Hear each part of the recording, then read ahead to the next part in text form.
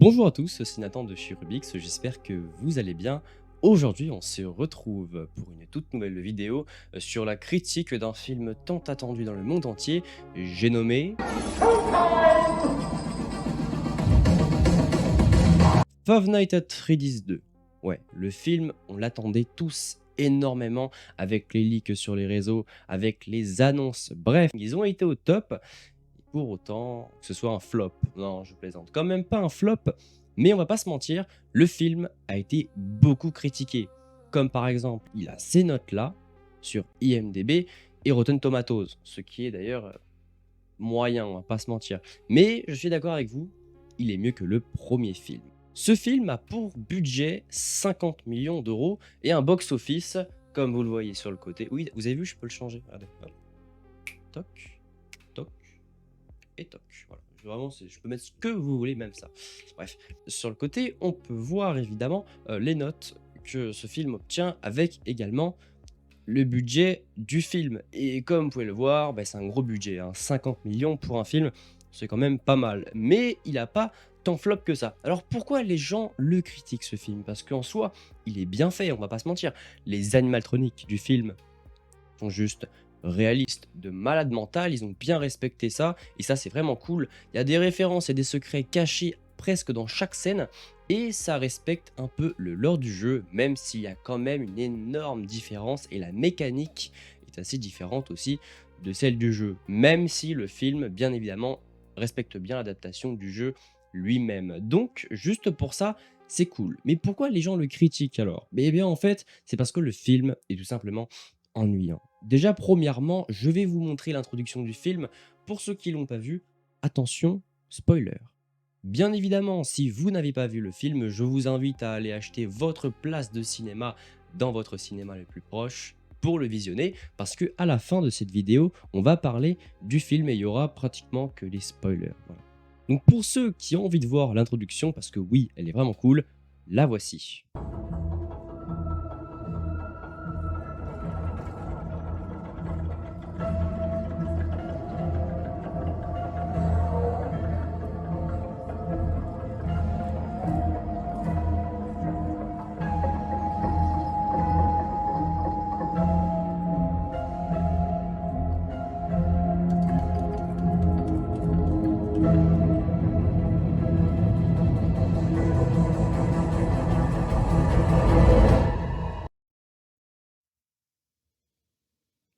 Ah, vous voulez voir la suite? Pas de problème, allez, c'est gratuit.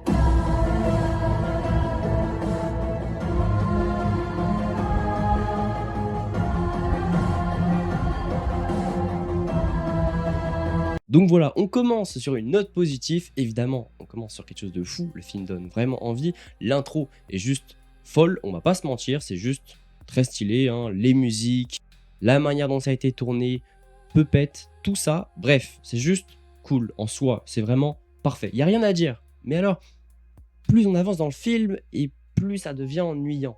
Déjà, on va pas se mentir, mais je trouve que le film, on sait directement un peu ce qui va se passer, dans le sens que je trouve que le film en lui-même est assez prévisible. Pourquoi? Eh bien parce qu'on sait facilement qui va mourir ou pas, et on arrive même à pré-shot la fin. La fin d'ailleurs, on va en reparler juste après, que j'ai trouvé décevante. Déjà, la réalisatrice du film voulait vraiment qu'on sache quel personnage va mourir. Bon, je vais pas vous dire qui meurt à part après, mais on le voit.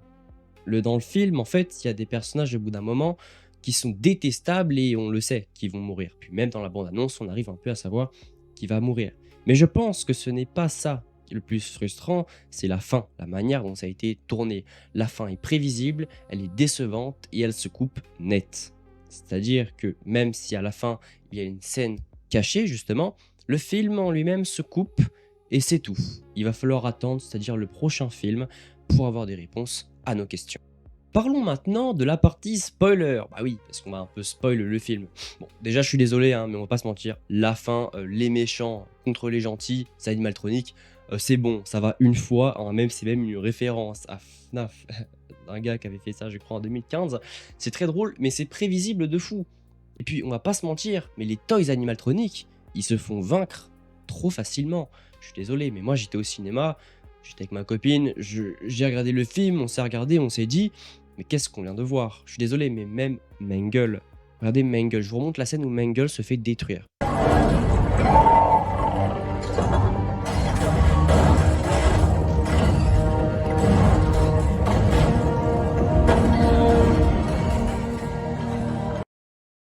Oui, oui, oui, oui, non mais vraiment, elle se fait détruire comme ça, aussi facilement par Bonnie. OK, Bonnie, on l'aime bien dans FNAF 1, il est fort, mais Mangle, un personnage redoutable, extrêmement puissant et violent, qui peut se déplacer rapidement, escalader des murs, qui juste, pour moi, voilà, moi je l'ai vu dans la bande-annonce, je me suis dit: «Il va faire un carnage». Non, voilà, il n'a fait aucun dégât, mis à part lui.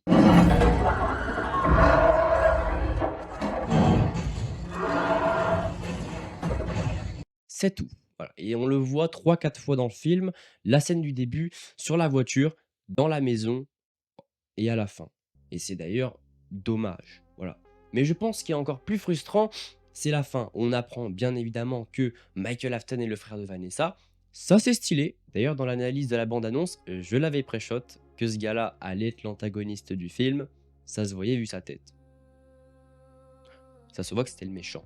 Mais ce qui est frustrant, c'est que littéralement, on est sur une fin déjà un peu dégoûtée parce que Mike et Vanessa, bah, moi je les shippais bien ensemble. Puis le fait que Mike il rejette Vanessa, que ensuite elle se fasse posséder et que le film se coupe, non. Ah, je suis désolé, non. Moi je voulais une fin qui se coupe normalement et pas une coupure nette où on est obligé d'attendre le prochain film pour avoir des réponses à nos questions. Ah, je suis désolé, mais c'est pas cool. Mais c'est pas fini, parce que le film ne s'arrête pas là. Évidemment, il y a une scène cachée à la fin des crédits où on voit justement Springtrap. Et cette scène-là, elle est juste incroyable vu qu'elle va marquer le début d'une suite Five Nights at Freddy's 3. Et ça, on va pas se mentir, c'est cool. Le fait de voir Springtrap qui se rallume, dans la scène de la maison de Golden Freddy justement, qui dit que vu que les enfants quittent le costume, ils ne peuvent plus retenir Springtrap et qu'il va devenir encore plus puissant, c'est juste très très cool. Ah, ça franchement, ça donne envie. Et puis à la fin, quand on voit juste tout à la fin des crédits, une scène cachée, enfin plutôt une séquence vocale cachée où on voit Henry et Emily justement, qui parle et qui dit qu'il n'a pas tout dit à Mike et qu'il était anciennement associé à William Afton. Ça, c'est vraiment cool. Puis même, le film, comme je vous l'ai dit, regorge de beaucoup de secrets. Et ça, d'ailleurs, c'est un point positif. Comme par exemple, Circus Baby dans Le cauchemar de Vanessa.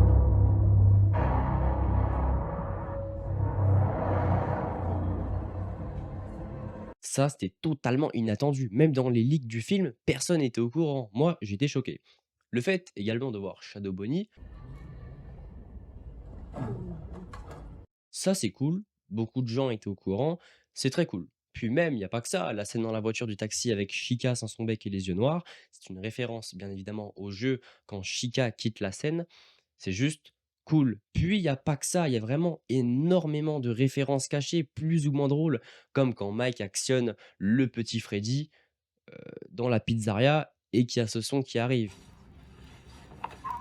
Oh, maybe not. Il y a 0 vanne, hein, c'est vraiment dans le film et c'était très, très drôle. Mais voilà. Pour le film en soi, il est bien, mais c'est pas non plus exceptionnel. Déjà, il est mieux que le 1, ils ont respecté la promesse. Il fait plus peur que le 1, certes, mais on n'est pas non plus sur un film d'horreur. Donc pour le film, je mettrais la petite note de 14/20. Pourquoi 14/20? Bah parce que le début, l'introduction est cool, les animatroniques, les décors sont juste fabuleux, la fin est décevante, mais elle laisse place à une suite potentiellement intéressante avec Springtrap. On a un nouvel antagoniste, Michael Afton. Le jeu, ou plutôt le film, respecte bien les secrets du jeu. On voit Circus Baby, ça veut dire qu'il y aura peut-être un Sister Location, voyez-vous. Ça préchote un petit peu les films à venir. Et ça, j'aime beaucoup. Le film en soi, c'est pas non plus un grand flop, mais c'est vrai que j'étais légèrement déçu, plus ou moins déçu de la fin.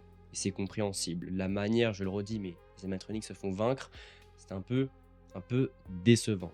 Bien évidemment, le film est aussi cool pour plusieurs choses. Je l'ai dit, les secrets, les décors, les animatroniques, mais pas que. Le casting, et oui, le fait de voir Skutterlich et Mathieu Liard, une référence à Scream 1 dans le film FNAF 2, faut pas se mentir, c'est juste cool. Là-dessus, ils ont fait fort. Avant de conclure cette vidéo, les amis, d'ailleurs, merci beaucoup d'être restés juste là. On va parler un peu de la théorie de Five Nights at Freddy's 3 parce qu'il y a aussi pas mal de choses à dire. Déjà, on a cette photo qui a leak. Enfin, plutôt, vous aurez peut-être pu la voir avec de la chance, mais c'est quasiment impossible parce que dans la scène du cauchemar de Vanessa dans le film, on peut voir sur les murs des photos, y compris cette photo de famille. Mais vous pouvez le voir sur cette photo de famille, ce n'est pas n'importe quoi. C'est clairement la famille Afton, où on voit William Afton, Vanessa Afton, le Crankchild, justement, la morsure de 83. Et non, ce n'est pas la morsure de 83 parce que au début du film, il y a marqué 1982.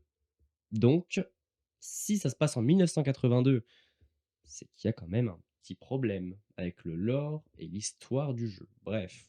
On voit également Michael Afton et du coup sur ses genoux Vanessa.